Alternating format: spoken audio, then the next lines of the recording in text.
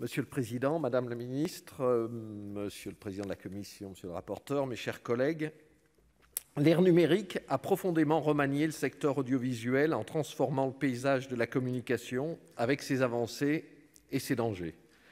Face à cette mutation toujours à l'œuvre, nous devons répondre aux grands défis qu'elle impose. La nécessité de protéger les droits de la création, réguler le secteur et garantir un accès du public aux œuvres le plus large possible. Si ce constat est simple, la réponse est plus compliquée. En témoigne la liste des acteurs entrant dans le champ de la régulation, une liste que nous avons dû élargir à l'article 8 du texte. Il faut en effet agir sur plusieurs fronts, des fronts ouverts tant par la multiplication des types de supports que par la forte croissance des usages, qui ne sont pas tous, hélas, bienveillants. À cet égard, nous pouvons nous féliciter que le Sénat et l'Assemblée nationale se soient largement accordés sur les dispositifs de lutte contre le piratage, un volet essentiel puisqu'il touche au droit de la propriété intellectuelle. Si le projet de loi apparaît pour certains d'une envergure limitée, nous ne pouvons ignorer les avancées mises en œuvre en parallèle. Il faut garder à l'esprit nos engagements européens par lesquels notre pays transcrit des directives conséquentes. Je pense à la loi Ddadue, adoptée en fin d'année dernière pour transposer les deux directives droit d'auteur et droit voisin.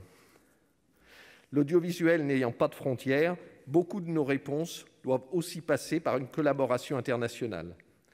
Dans cet esprit, le nouvel article 8 bis A, introduit par nos collègues députés, permettra à l'Arcom de contribuer à la position de la France en matière de protection des droits de propriété intellectuelle auprès des organisations internationales et communautaires.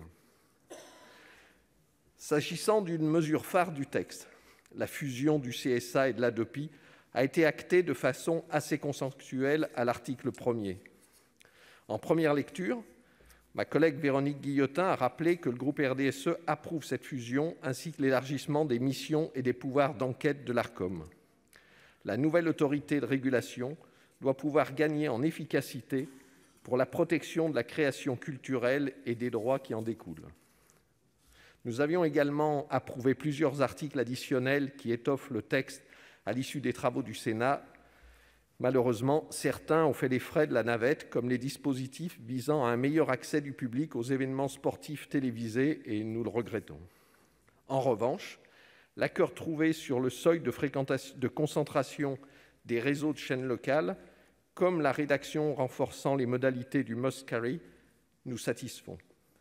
Mes chers collègues, il était urgent d'adapter la grande loi du 30 septembre 1986 aux nouveaux enjeux de régulation d'un paysage audiovisuel renouvelé et fortement traversé par le numérique. Aussi, nous voterons en faveur du texte élaboré par la commission mixte paritaire, un projet de loi de nature à remplir un objectif fondamental, celui de consolider la création française, gage de notre souveraineté culturelle. Merci, cher collègue.